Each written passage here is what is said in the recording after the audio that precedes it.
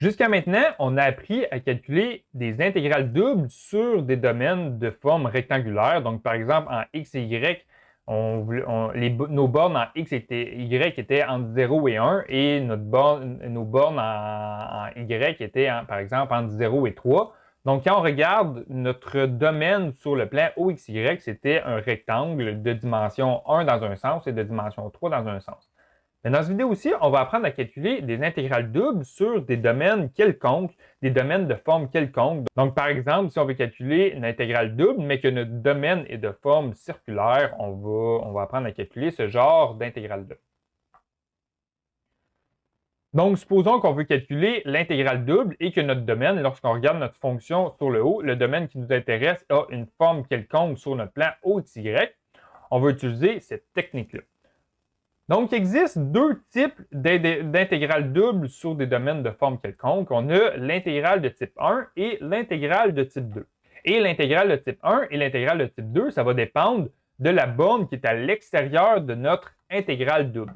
Donc, si notre intégrale qui est la plus à l'extérieur de notre intégrale double dépend de la variable dx, alors on va avoir une intégrale de type 1. Et si la borne qui est à l'extérieur de notre intégrale double dépend de la variable y, ça va être une intégrale de type 2. Donc, dépendamment de la forme qu'on cherche à avoir, des fois, ça va être plus simple d'utiliser une intégrale de type 1 et des fois, ça va être plus simple d'utiliser une intégrale de type 2. Donc, lorsqu'on utilise cette méthode-là, les bornes qui vont être à l'extérieur de notre intégrale double, ça doit être des bornes constantes. Donc ça ne change pas au niveau des calculs d'intégrale double.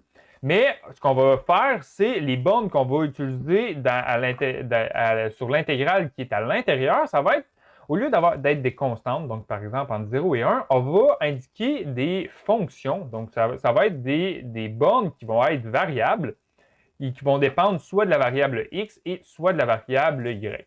Donc, si on est dans une intégrale de type 1, donc l'intégrale, la borne qui est la plus à l'extérieur de notre intégrale double dépend de la variable x, ça veut dire que la borne qui est à l'intérieur, ça peut être une fonction qui dépend elle aussi de la variable x. Donc, dans ce cas-ci, par exemple, si notre domaine a cette forme-là ici, on va se fixer des bornes extérieures sur l'axe des x. Donc, la superficie qu'on cherche quand on la regarde sur l'axe des x, ça va être entre A et B. Mais du côté sur l'axe des y, la borne supérieure et la borne inférieure, ça va être des fonctions qui dépendent de la variable x.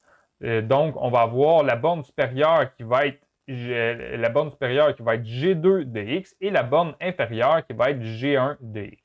Si plutôt on a notre domaine qui a cette forme-là, ici, on va utiliser une intégrale de type 2. Donc, on va fixer d'abord les bornes sur l'axe des y.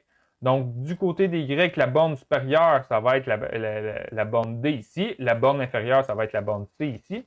Et du côté des x, quelle est la valeur supérieure et inférieure de notre domaine sur l'axe des x? Ça va être des fonctions qui dépendent de la variable y. Donc, ici, on va avoir h2 de y comme borne supérieure et h1 de y comme borne inférieure. Donc, on va faire à l'instant deux exercices pour nous pratiquer à calculer des intégrales sur des domaines de forme quelconque.